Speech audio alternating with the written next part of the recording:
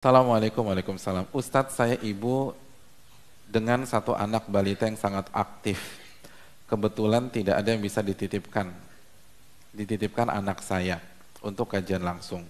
Saya hanya rutin streaming. Alhamdulillah, apakah ilmu saya tetap berkah? Ini saya bisa datang karena alhamdulillah hari ini kakak saya tumben bisa dititipin anak. Salahkah saya sering iri dengan suami yang bisa rutin kajian langsung? Dan ketika dia libur, bolehkah saya minta gantian suami yang jaga anak saya yang kajian langsung? Iya, jazakallah khairan. Ya, terima kasih kepada ibu yang bertanya. Yang pertama, pertanyaan beliau menunjukkan beliau punya semangat, beliau punya hasrat, beliau punya effort untuk datang ke majelis dan semoga Allah berikan pahala.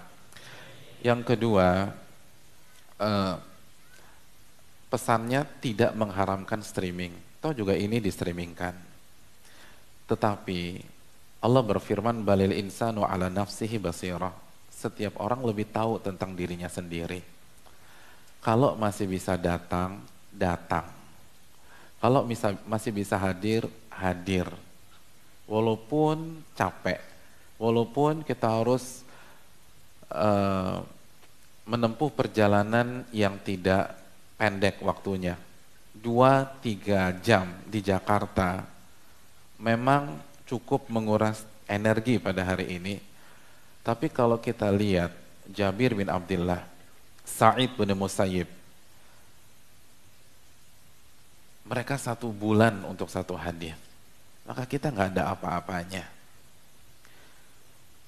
Dan yang kedua, ingat, sekali lagi saya ingin mengingatkan, ini teori harus kita ulang-ulang. Kunna nata'allamu li anfusina. Kita ini belajar untuk diri kita sendiri.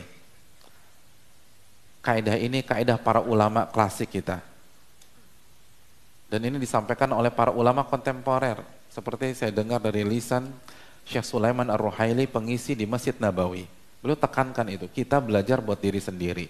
Ketika ada faedah, ada manfaat, ada maklumat, itu buat diri kita. Bukan kita tembakkan ke saudara kita. Jadi ketika kita dapat ilmu, pentingnya datang ke kajian. Bahwa datang ke kajian dengan usaha yang lebih keras, effort yang lebih banyak, itu lebih berkah daripada yang hanya mendengarkan via media. Itu bukan berarti kita suudzon sama saudara kita yang via streaming. Bukan berarti kita meremehkan saudara kita yang hanya dengar via radio. Kenapa? Mungkin mereka ada uzur, bukan karena nggak mau datang. Seperti ibu ini, jazakallah khairan, karena punya anak. Dan itu berat memang, apalagi masih balita. Jadi kita kasih uzur buat saudara-saudara kita, tapi kita idealis untuk diri kita. Yang jadi masalah nih, tanpa sadar, kaidah kita idealis dalam menilai orang lain, tapi gampang kasih uzur buat diri sendiri. Makanya nggak sukses-sukses. Makanya banyak jiwa yang kerdil.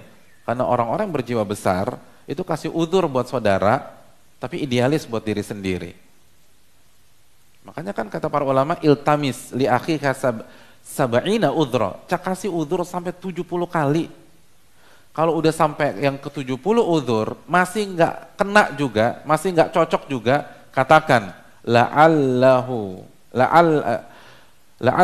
udhran la'arifu. Bisa jadi dia punya uzur yang saya belum kepikiran. Jadi sekali lagi, bagi yang bisa datang, datang. Bagi yang tidak bisa datang, silakan gunakan media. Jadi media ini untuk backup, bukan untuk menggantikan, untuk mendukung. Media itu second opinion. Ketika kita nggak bisa mendapatkan first opinion, yaitu datang ke majelis ilmu. Karena jelas itu lebih berkah. Adapun pertanyaan yang kedua, boleh nggak iri dengan suami? Boleh. Ini ghibthah, kata Nabi SAW. Iri hal yang positif tanpa berharap hal itu hilang dari saudara kita. Dan hal yang positif itu, sekali lagi, hal-hal yang berkaitan dengan ibadah kepada Allah Subhanahu wa Ta'ala. Dan ada hadis tentang itu, tapi nanti kita bahas pada saatnya. Yang ketiga, boleh nggak gantian sama suami? Jawabannya boleh. Ini kan metode Umar bin Khattab radhiyallahu ta'ala yang ganti-gantian dengan tetangganya. Jadi ini metode yang digunakan oleh para sahabat. Tapi kalau bisa jalan bareng itu lebih afdol. Wallahu taala bisawab.